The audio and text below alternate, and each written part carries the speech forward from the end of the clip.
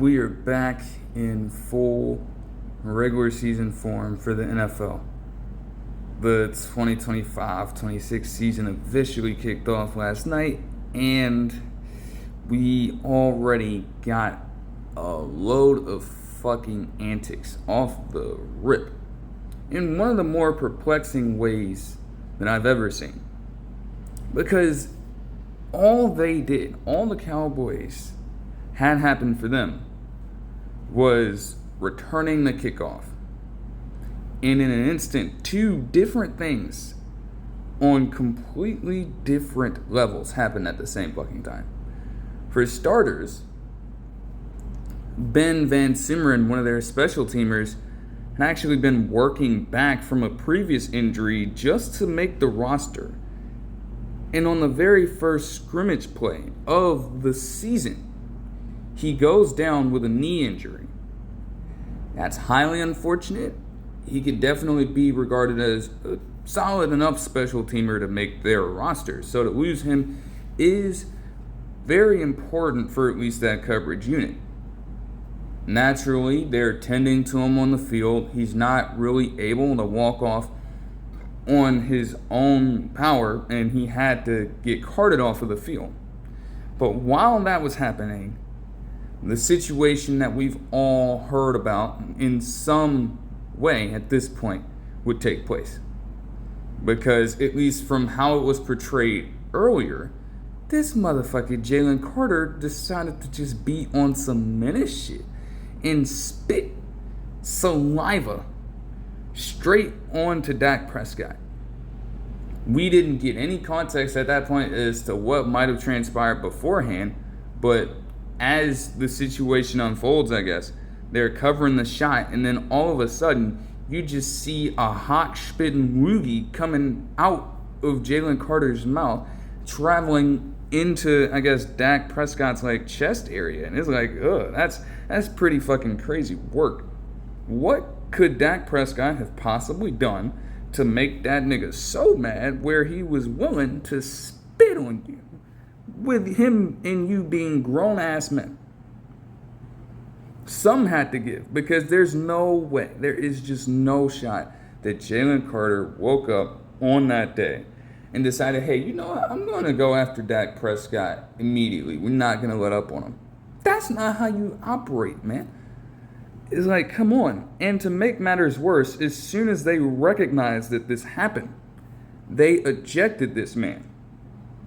A player who you could argue, and who many people have stated now, especially with all the losses that they've suffered on the defensive front, because they did already lose 10 players in the offseason, which happened to be the most for any Super Bowl champion after their win in NFL history.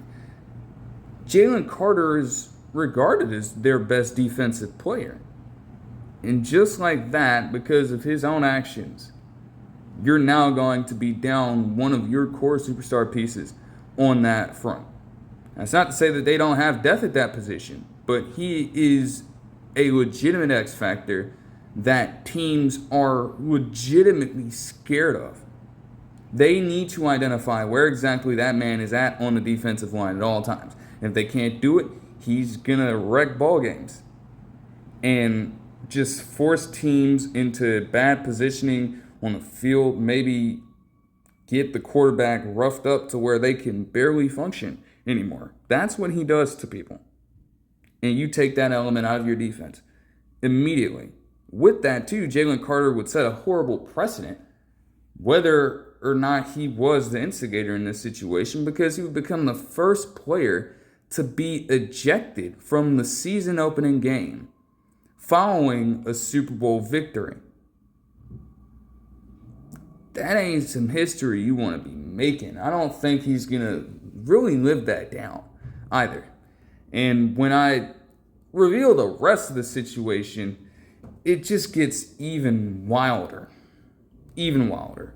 But in terms of the legitimate game, Devontae Turpin was going around, I guess, in different media cycles, and I guess his representation a little bit of, quotes from him also would allude to the fact that he'd been doing work in the offseason to become a more refined wide receiver. Obviously, he's a dynamic return specialist. We're talking about a dude who had the highest average yardage on kick return since 1974. He's obviously explosive. But in terms of his ability to truly run routes and come down with contested catches, hasn't all been there. It's taken a surge since he's entered the NFL, but obviously there's room to get better. And they would immediately get around to it. I mean, after a Javonte Williams run, they would consistently put Kevontae Turpin in all these different motions to try to get mismatches on what the Cowboys believe to be slower players, linebackers, cornerbacks, you name it. And as far as this opening drive goes, they would give him a run here. The Cowboys, honestly, niggas were counting them out given all the chaos that has happened in this offseason. They thought that they were just going to get completely blown out of the water. But I hate to tell you, they came out guns blazing immediately. I mean, Javonte Williams on that drive alone had a few solid runs. And I was questioning how efficient he truly would be. He was getting in his bag a little bit. And then when it came time for Dak Prescott to fire a deep bomb, he did that.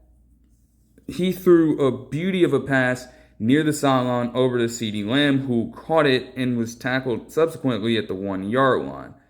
It was a hell of a play overall, and you have to give Dak Prescott credit for being able to make that read.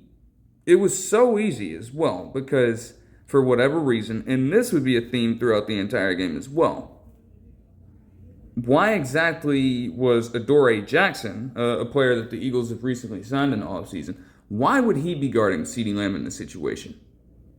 And for a great portion of the game, too. And he was getting torched. This was just the start of it.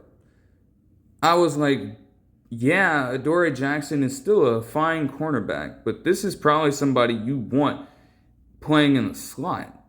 You think he's at a point where he can hang with CeeDee Lamb? I don't know about that. To make matters worse, on the next play, he would get a pass interference penalty while trying to guard CeeDee Lamb on a fade route.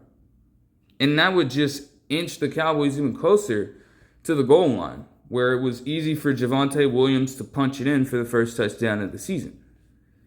But the Eagles would prove a lot of Cowboys fans, honestly, post Jerry Jones and all of the talk that he's had surrounding the Micah Parsons trade in the first place. All this talk about stopping the run, well, the Eagles would put that to the test almost immediately.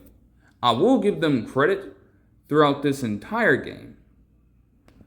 Saquon Barkley is a player that is truly inevitable.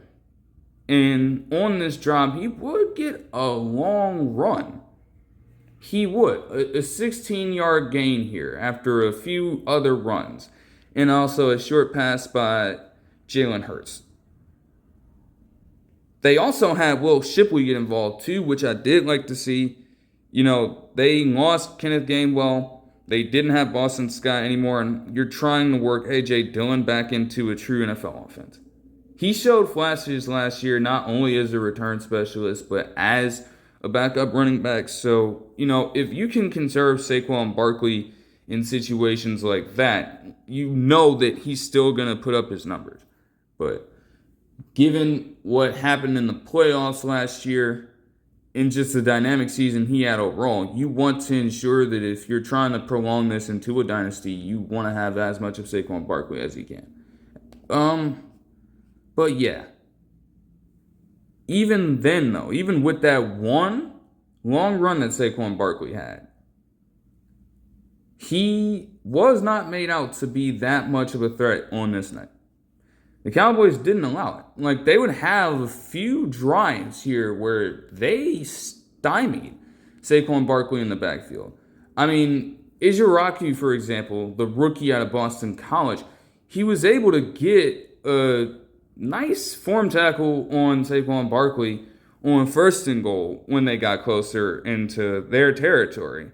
And then they also managed to make him lose a yard on another short run up the middle as well.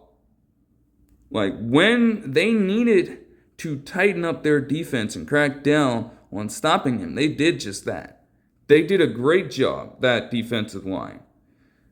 And yeah, I question where Kenny Clark was at this time because I genuinely didn't see him out there. But it wasn't just him. It was Odigizua. It was Williams. It was Fowler Jr., all those guys. They were getting in there when they needed to at the most crucial moments and ensuring that Saquon Barkley did not win this game for the Eagles. They prevented all the home run hitters that he has become known for over the past few seasons. Because once Saquon Barkley gets a full head of steam, if you give him any open space whatsoever, it's over. Most of these runs saw multiple bodies in front of them. They could not say the same thing about Jalen Hurts last night. They couldn't. Because they started off this game some like 4-4 on third down conversions, the Eagles. And they were elite in that front throughout the entire night. A huge portion of that is on Jalen Hurts' shoulders. When that defense was tightened up, and a lot of those were pass plays, he was given enough time to scramble, get out of the pocket, and evade Cowboys rushers. Do not only pick up first downs, but get multiple touchdowns here. Like the end of this drive where he would punch it in from a few yards out instead of waiting on the tush push. It would come eventually, but not on this drive.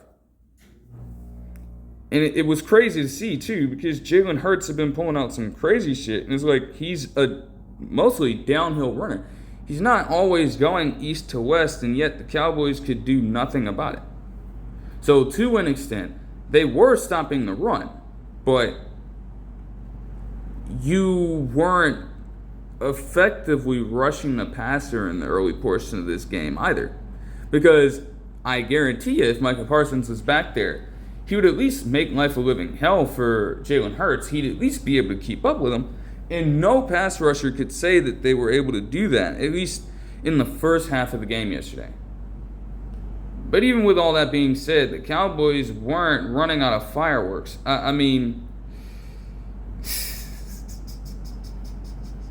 like, you know it's crazy when you have Dak Prescott just coming out and making all these improvisational type plays right here.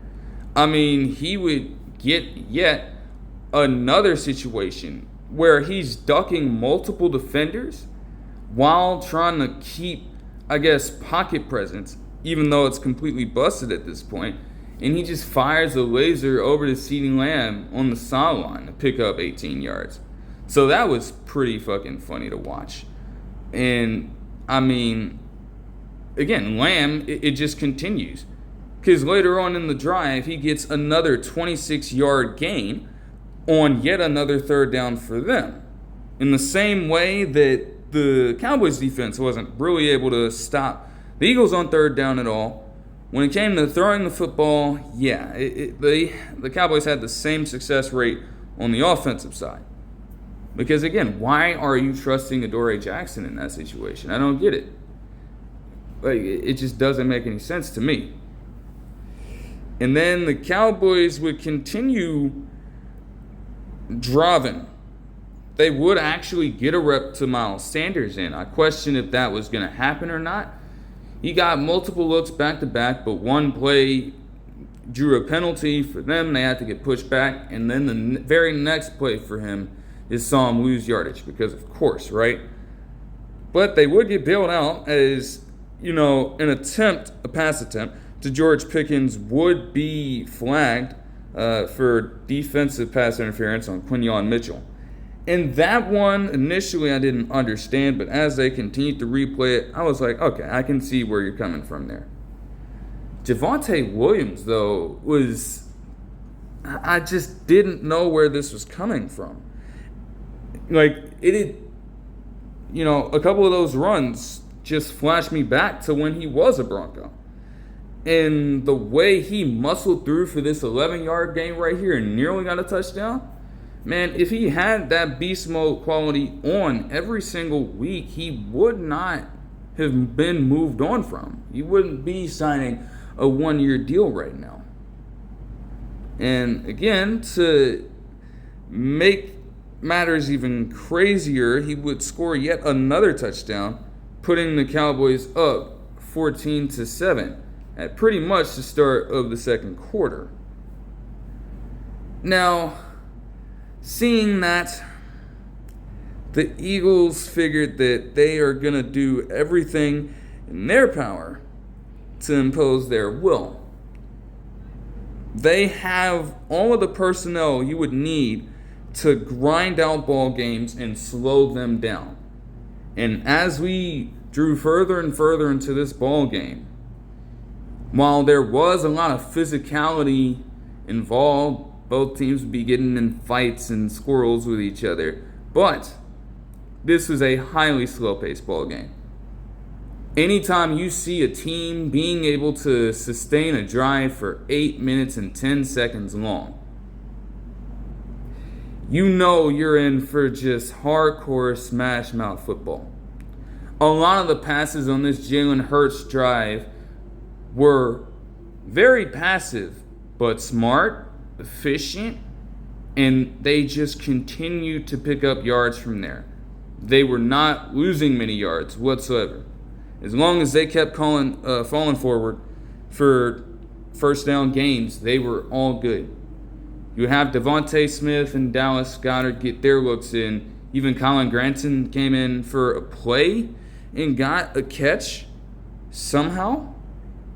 Then it was just a trio of Jalen Hurts, Saquon Barkley, and Will Shipley getting things done.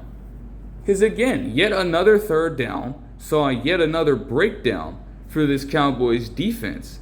Like he legitimately juked someone out of their shoes en route to a 15-yard gain, where he's actually getting out in space and attempting to make moves. I'm like, he does not do that. And yet, again, your goal is to stop the run, but you're letting Jalen Hurts just cook you up like that. And it wouldn't stop because he would get yet another touchdown run, this time from 8 yards out.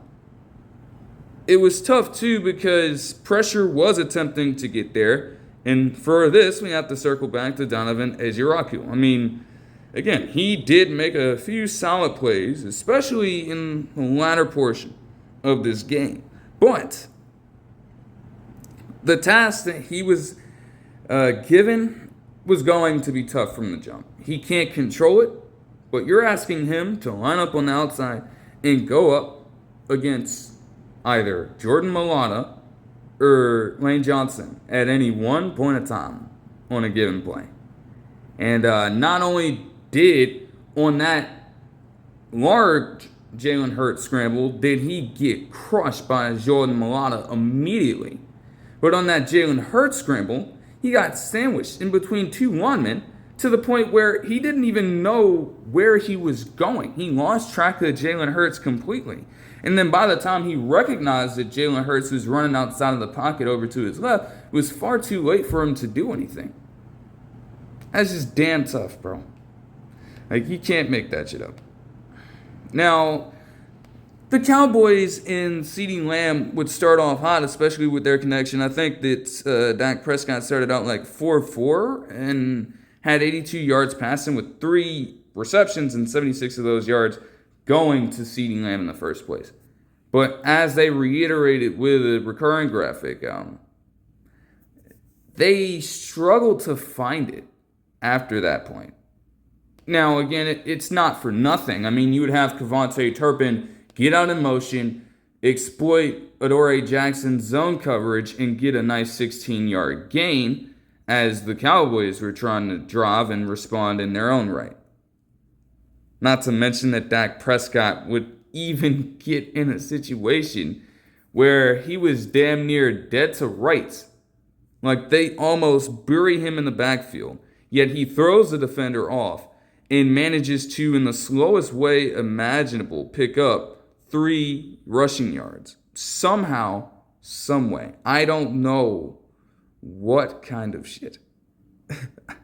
I just don't know how he pulled that off. But yeah, they get closer and closer to Philadelphia territory, and yet they can't kick the door down because he misses CeeDee Lamb on multiple occasions. At least one of those passes looked as though it had a chance, but you also manage to, when you have a chance to give it to George Pickens, you overthrow him. So that's a tough way to stall out that drive. But honestly, as long as the Cowboys have Brandon Aubrey, as long as you are within 70 yards, any drive you get in that range is an automatic field goal. And when you have a kicker as reliable as Brandon Aubrey has been since he's entered the NFL, I mean, like, that makes life easier for your offense in some way. It truly does. So they better just be damn glad that they have him.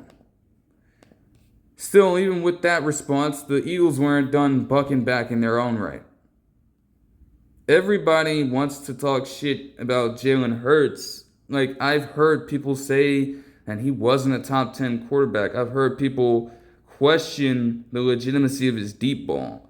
Well, how about this play? Another third down, mind you. And this time, he drops back to pass. He settles down. He stands in the pocket, winds the fucking pass up, and fired a fucking dot over the middle of the field. And I suppose that Jahan Dotson was running a post route or like a skinny post route here. Fires it right into the breadbasket. And Jahan Dotson gets a few extra yards on the play to pick up 51 yards just like that. All of a sudden, the Eagles are knocking at the door. And the Cowboys just, sag off their coverage a little bit. They're not willing to get beaten over the top. They're willing to give up shorter plays. So Saquon Barkley, he has had trouble with catching passes out of the backfield. I mean, the very first attempt would see him drop the pass. In a sort of flashback to the Falcons game in Lincoln Financial Field last year on Monday Night Football. But that's neither here nor there, right? He would redeem himself by getting a few solid catches back to back. And then as they get inside the 10-yard line, pretty much, you knew it was Saquon Barkley time eventually. Even if the Cowboys had been doing their best to contain him, you cannot truly stop Saquon Barkley. And they would find that out immediately. He would get his way right into the end zone. I find it ironically, too, because earlier on in the drive, at around the 2-minute warning, as the play clock is winding down and the overall clock is winding down, Trayvon Diggs is seen on camera dapping up Saquon Barkley. Like he wasn't just talking crap about other people on the Eagles. He wasn't talking smack to them. Then he ends off the drive by essentially carrying Saquon Barkley into the end zone, and all Saquon Barkley does is just pat his back. That's not a great way to go out if you're Trayvon Diggs. Even if he is battling back and managed to get on the field last night, there is, some credit to him there, but, bruh, come on now. Nolan Smith Jr. on this next possession would just be completely targeted. They had already given him like a fucking penalty for, I guess, just literally taunting. All he did was get a TFL on an earlier play and flex his muscles, and they called that taunting. Like, bro, that is bullshit. That was such a weak call. But this roughing the passer penalty that he would acquire here was legitimate. I'm like, he can't catch a break, but at the same time, he swats his big hand in Dak Prescott's face, trying to make a play. And it's like, even if it was accidental, that's just not something that you can be doing, bro. It's not. It will call it every time.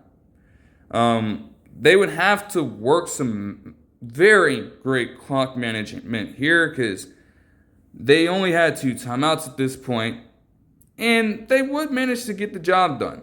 I mean, George Pickens would bobble around to pass a little bit on third down and pick up the first down where they had to burn their third, but in CeeDee Lamb, you still trust. Even if the chemistry had taken a little bit of a hit, you still can rely on him to get an easy 10-yard slant with Jacorian Bennett guarding him Because, they were sagging off. They weren't allowing anything over the top.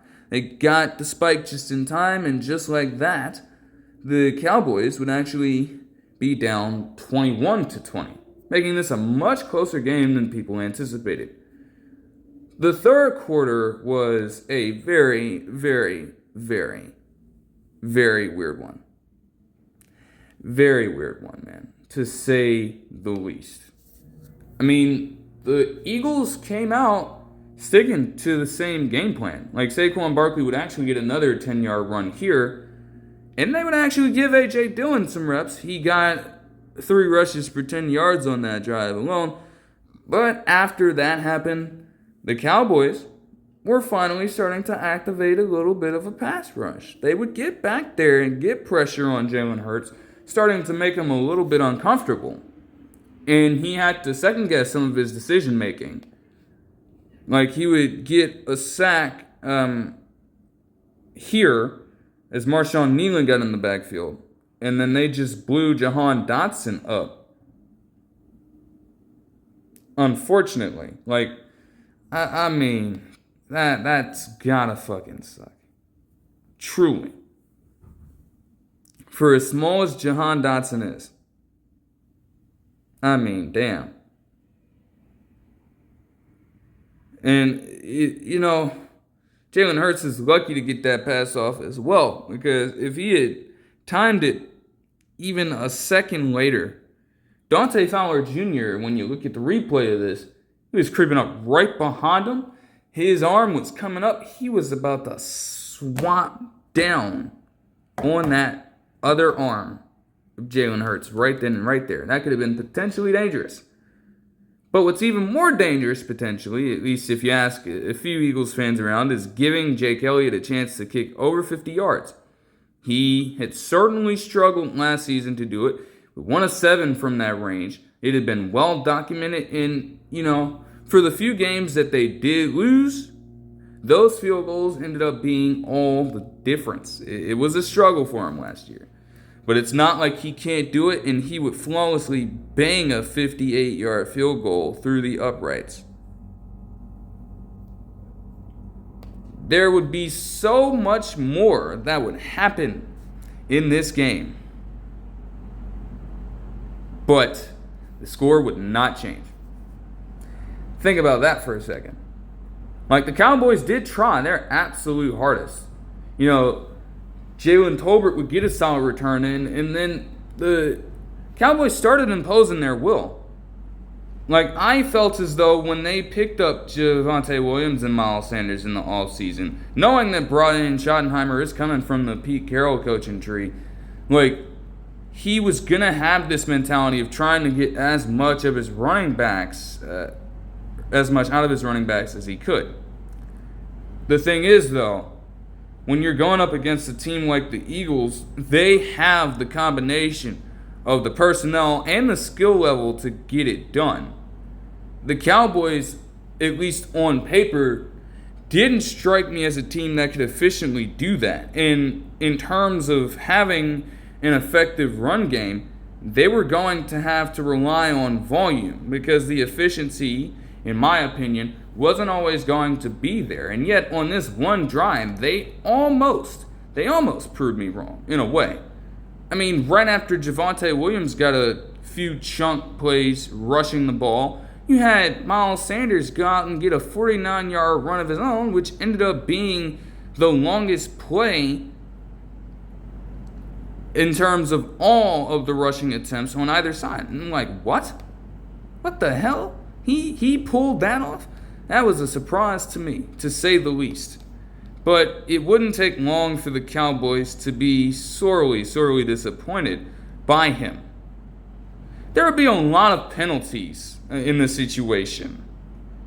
And again, both sides were guilty here. Both sides got a few penalties. To start it out, George Pickens also getting on some menace shit. He just fucking slung Reed Blankenship in his helmet down to the ground, trying to act like this is fucking wrestling. Slam that nigga right down to the ground. Lose yardage there. Backs you up, and you're in a very tough situation on 3rd down and 22 if you're the Cowboys here. To think that you were just on the 11-yard line a few plays back. But they would get bailed out with what I thought was a weak call. You see, he throws it, Dak Prescott, over the middle to Jake Ferguson. And he goes for the ball repeatedly. It gets swatted down. And as Jake Ferguson is still going for it, you have Reed Blankenship crash in and knock him out. They somehow called unnecessary roughness on that. And I don't understand that. I just don't get it. Like, he, in that situation, would not have been a defenseless wide receiver. He's actively going for the football. So how is that? How does that make sense? But the football gods would certainly give the Eagles their due, because on the next fucking snap, on the very next snap, Miles Sanders would fumble the ball. And it was forced by none other than Jahad Campbell, who I must say, I was definitely pleased to see how he played in this game. He was exceptional in the areas that I saw him perform at, truly. And Quinyon Mitchell would recover that to give him the ball back. Now, from there would be a weather delay because it was pouring outside. So yeah, just think about that. Think about that happening, all right? You turn the ball over, and that could change the entire landscape of the game. But before you can even get a chance to see how that plays out, you have to deal with this and sit in the locker room, the entire team, trying to explain yourself to your teammates. That had to be a very rough situation. To make matters even worse for Jalen Carter in this situation, at this time of the game, as the weather delay was taking place, we would get some clarity on what exactly took place between him and Dak Prescott. So apparently, they were just talking smack to each other, and then at some point, Jalen Carter must have said something to where Dak Prescott spit out sunflower seeds out of his mouth, alright? And then he gives him a look. He dares him to come over and do something about it. He's just got a smile on his face the entire time, cheesing at him. He dared him to do it, and Jalen Carter fell for it. Just responding in a very, very weird way by spitting on him with actual saliva. Pretty stuff, but hey. Again, in that situation, like, I know Jalen Carter would be compelled to do something, but there's no way that, again, you are a grown-ass man. You are a core piece of your defense, and you're getting rage-baited by the quarterback before the start of the fucking game. Come on, bro. Come on, you can't do that, bro. Like, that shouldn't be fucking happening, bro. Come on, now. Come on, man. That's just so fucking tough. Already, again, wasting no time in the NFL season by having just a rather unique and hilarious moment. But you have to credit the Cowboys' defense, man. Even when it felt like the Eagles could pull away, they stuck with it. They forced the Eagles to get behind the line of scrimmage on multiple occasions through the run, and they would find success there throughout the rest of the game. But in the same way, for whatever reason, the Cowboys could not get an effective enough pass game going. I mean, sure, they would get CeeDee Lamb another reception here to bring him over 100 yards, I believe. But then they also had this shitty-ass RPO wide receiver screen play that lost him 3 yards, and then Dak Prescott just missed another target to CeeDee Lamb. And it's like, yo, if they just settle down, you're thinking maybe they can get over the hump here. But, like, no, man. The Eagles would try their absolute hardest, though. And, again, when the Cowboys are making Philly work for every single yard they're getting, at that point, they probably felt as though they were winning to an extent. But it still didn't save them from just some absolutely questionable moments. Because Saquon Barkley's getting stuffed at this point. So they're like, okay, we're going to try to give him a little route in the flat and see what he can do. This man fucking catches a ball one-handed, all right? He has Kenneth Murray Jr. converging his way, and he decides to stiff-arm that nigga into oblivion. You know, it was a 5-yard gain, but I guess that's what you call a cool 5-yard gain. He would subsequently get TFL'd by James Houston IV after that. And again, every single time the Eagles were trying their absolute best to establish something, the Cowboys, at least in this phase of the game, were right on it. Gotta give credit to those players in the defense, and you have to give credit to Matt Eberflus too, who again is much better as a defensive coordinator than he ever will be as a head coach, because he's not getting another job, right? He couldn't possibly get another head coaching job. Like, no, you couldn't do that. Oh my goodness. All right, the Cowboys would again just continue stalling out. This CeeDee Lamb catch right here would get him over 100 yards. But outside of that, it was relatively slow. They could no longer establish a good enough run game. They had to keep giving the ball back to the Eagles. But their defense was coming through for them every single time. Now, it would get contested because we would get right near the 2-minute warning with the Cowboys' next possession. And here's where we have a really interesting spot, because they would try to go for the long ball on multiple occasions, but shit got chaotic. I mean, yes, George Pickens did get a 15-yard gain, but even still, that was a little bit of a crazy one. And yet again, you have Adoree Jackson involved in this with this, like, bro, what? But nevertheless, the Eagles would get a good combination of pressure and just maybe a little bit of luck in a lot of these situations. I kid you not that every time on this drive that Dak Prescott targeted CeeDee Lamb, something was going on. Like on this first play, he gets pressured by the defense, and it nearly gets picked off by the defense. But it wasn't accurate enough for that to be the case. And we get into a separate first down on the drive. He tries to throw it over in deep territory to CeeDee Lamb, and it is in a sea of defenders.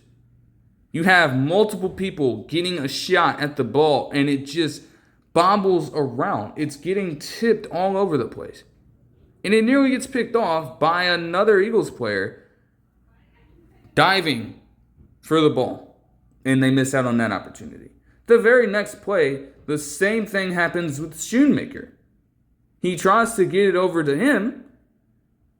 And again, it's in a sea of defenders with the defense getting their hands all over it. So again, maybe it's a little bit of a no-fly zone thing. But at the same time, like, some of the reads were routine misses. I mean, that CeeDee Lamb play, for example, yeah, it was in a sea of defenders, sure. But at the same time, it was a laser. It was accurate. It hit CeeDee Lamb right in the numbers. And it just went right out of his hands. Like, that's tough. So the Cowboys, with all that being said, would get down to the 2-minute warning, and everything would be on the line here. And here is where I'm going to defend their choice. They were very right in calling this 4th down play. They needed to do it. If they gave the Eagles so much as an easy chance to get the ball back, they were as good as done in this ball game. The Eagles, with the way that they had been grinding out the clock, would not have let them touch the ball again. It was the right decision for them to go for it on 4th down. And the play call was absolutely perfect. And I would have done the same thing if I was in that position. CeeDee Lamb, yes, He had been struggling to haul in targets over the course of the rest of the game, but he'd been killing the game all night. He is your longest tenured wide receiver on the team, and obviously the best receiver you have. He'd been playing like it for a majority of this game. And you know that chemistry is going to be there in a moment like that. All CeeDee Lamb would need is a routine pass, and he's going to have a shot at picking up an easy first down for this team, extending their chances to win this game. The play call was as perfect as you could damn near execute it. Like, they had him on a sort of fade route, maybe a wheel route to the outside, and he gets Cooper DeJean right on his hip. He has the outside leverage on him, and DeJean's trailing him the entire time. As soon as that happens, essentially, with a little bit of anticipation, Dak Prescott fires it down over to the left side of the field. And yes, CeeDee Lamb was going to have to go a bit all out to make the play, but it damn near happened. He dives out for the catch, and it slips right through his hands.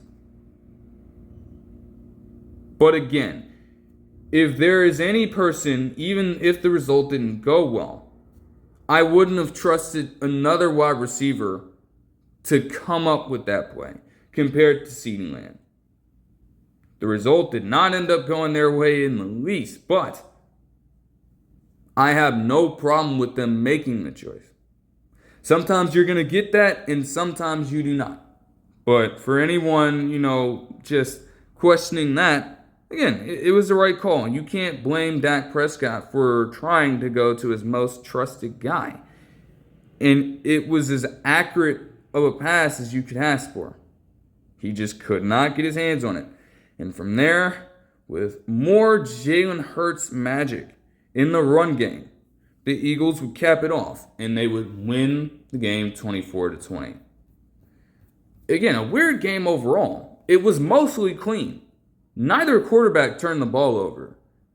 Dak Prescott had 188 passing yards without a single touchdown pass, but completed 61.8% of his passes. Jalen Hurts also had 152 passing yards with no passing touchdowns, but no interceptions, and completed 82.6% of his passes.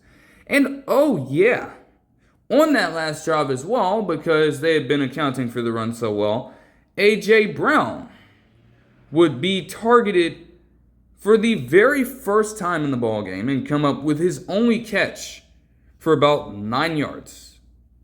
They say 8 here. But I'll tell you, if he would have went that entire game without a target or a catch, oh man, I don't think we would have heard the end of it at all. Like, outside of CeeDee Lamb, you can't really say that any one person in this game really did all that much in the receiving aspect. I mean, he went off 110 yards on 7 receptions, but it could have been so much more with a lot of the easy stuff that he either dropped or just had Dak Prescott misfire towards him. As for some other guys here, like Jalen Hurts, again, 62 rushing yards on the ground and 2 touchdowns for him, while Saquon Barkley had 60 rushing yards and a touchdown. Javonte Williams had 54 yards on 15 carries and 2 touchdowns. Again, same thing with him. If you can keep that consistent over a full game, like, you'd be in a much better position, but you can't be dropping below 4 yards a carry this consistently and then ask to be relied upon by any offense. Relatively clean ball game outside of that Miles Sanders fumble as well. And it was, I guess, a pretty sneaky good game. Great way to open up the season. And I don't think people were expecting the Cowboys to make it as close of a fight as it was. But at the same time, again, the Eagles in both matches had not played the Cowboys at their healthiest. And granted, the Cowboys are still dealing with multiple players having a number of injuries right now. But, Dak Prescott is clearly a bit of a difference maker in that regard, right? Like, you're going up against these other damn quarterbacks that don't even compare to Dak Prescott. And you were expecting that to be a competition. Like, Cooper Rush, again, as good of a backup as he can be, he was relied upon to go up against that Eagles defense at the peak of their powers last season and expected to put up a good fight. Those games just were not competent at all. That's why they got blown out. Dak Prescott, again, for as much shit as you might give him, he did a great job of manning the ship last night. He did. There were some overshoots. It wasn't a perfect ball game, but he did as much as he could. And again, in this game, you hate to do it sometimes, but all it would have taken was like one or two more plays. And the Cowboys might be in a very different spot at this time. But hey, there's nothing you can do about that. All right. There are a few other extra developments here. For example, the Cowboys would sign Trevor Keegan. Not too familiar with who he is, but that would happen before the season officially started. The Patriots would release Jabril Peppers. Yeah, I guess that was par for the course, right? Like, after all this stuff and the fact that he still, I don't think, has been able to do much of anything in this offseason, they may not feel as compelled to keep him around. So I can get where they're coming from there. Leroy Jordan would pass away at the age of 84. Meanwhile, another move for the Cowboys would see them sign Daron Bland to a 4-year, $92 million contract extension, which is a good one. The NFL leader in pick sixes, and also just a really good cover cornerback for the squad compared to whatever it is that Trayvon Diggs does. Like, that is a valuable piece to that defense. And, having Matt Eberflus there now, I could envision him being able to get the most out of Daron Bland. And that is pretty scary, by the way. Now, the fact that he already had a historic season like that and has the potential to get even better under new guidance shows you just how good of a player he already is and how great he can actually turn out to be with this team. They'll certainly need it.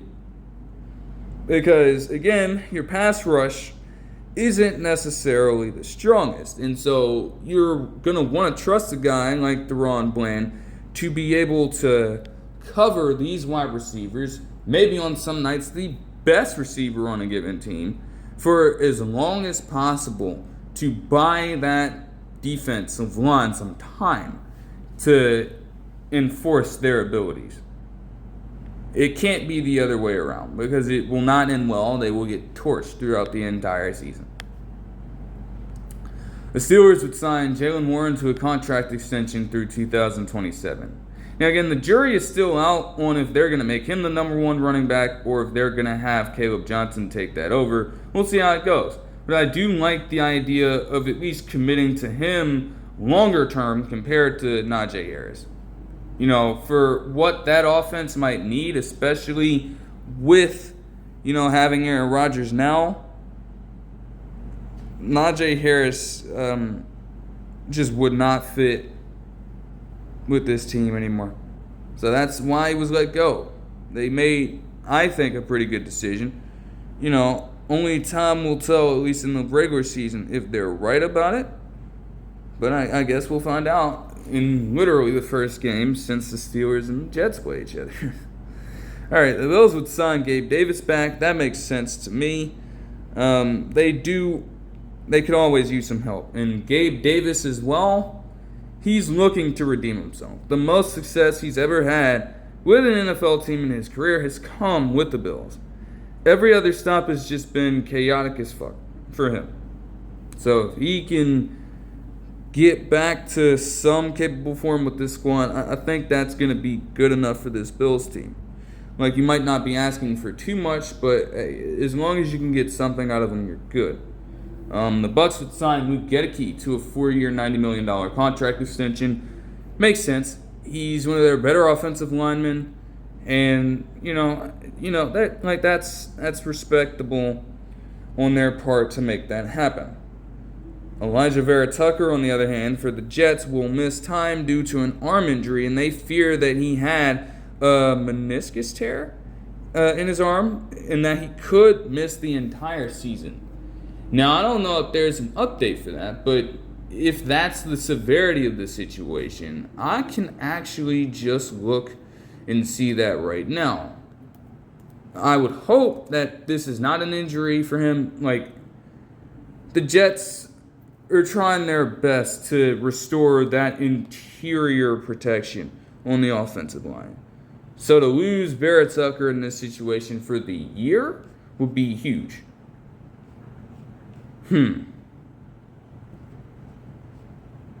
Okay. So it is in fact not a meniscus, but a triceps in his arm. And they say officially, at least per this NFL.com report, that he will miss the rest of the season. And that's before the game even starts. Cam Hayward is... I don't think he's holding out. He might still be with the team, but nonetheless, you have all that interior pressure to face off against in Pittsburgh. And you don't have one of your best offensive linemen out there. That could be rough. I don't know who their replacement will be, but man, that is just a tough loss to suffer if you are them. All right. The Browns would sign Nik Bonitto to a 4-year, $120 million contract extension. I'm not going to waffle on too much about this. I have done nothing but raved about Nik Bonitto and his contributions over the entire season last year. And the way that he performed, he was due for a contract like this. It doesn't make him out to be top tier in terms of like $47 million per year for an edge rusher per se. But he is definitely one of those guys that is surging. And if he continues playing like this, when he enters his full prime, he could command that kind of money if he keeps this up. Like, the sky is the limit for him. He's just got to keep taking those steps forward. The Seahawks yesterday would sign Abraham Lucas to a 3-year, $46 million contract extension. Same thing, this is a bit of a lower risk. It's not too much money to commit to him. And I'd imagine that when the time comes around, they probably pay a few other offensive linemen on their team a little more, like Charles Cross. Abraham Lucas has certainly had his struggles with the Seahawks since he's been there. And a lot of the fans would understand that they have been just clamoring for him to be gone. I've even said, like, he is just not a very good player right now and that he should be gone. However, there are reports, there are all these clips saying that he's taken some strides in the offseason. He's made some improvements in his ability, and he's coming out with a potential surge next season. So this contract extension gives him a little bit of a chance to put that on display. And I would hope for his sake that he is actually improved as an offensive lineman on the outside. Like, seriously, pass protection, man, has just been such a killer in the Seattle organization for such a long time. Like, literally. And the fact that Geno Smith was one of the most sacked quarterbacks last season certainly hurt them in more ball games than not. You don't want to have that same situation with Sam Darnold this season. So it's like, you got to turn it around. I would hope that he actually has. That would be great. The Raiders would pump fake everybody because Amari Cooper would actually re-sign with them, but he retired yesterday. Like, if it was a one-day contract, you could just say that. Why did they make everyone think that he was rejoining the team for good and had a chance to play with them even? Like, that's just so fucking wild to me. It's like, come on, man. You're going to play with people's emotions like that? It's wild, man. And then the Bengals, to cap things off, would sign Ted Karras to a 1-year, $5 million contract extension. Why? Like, you're just bringing another returning piece to a weak spot in that offensive line. Like, I don't care if it's a $5 million deal. You probably should be looking to someone else at this point. Seriously, like, it's about time. That experiment should be over. But that'll do it for this one. I hope you guys enjoyed the video, and I'll see you guys in the next one. Peace.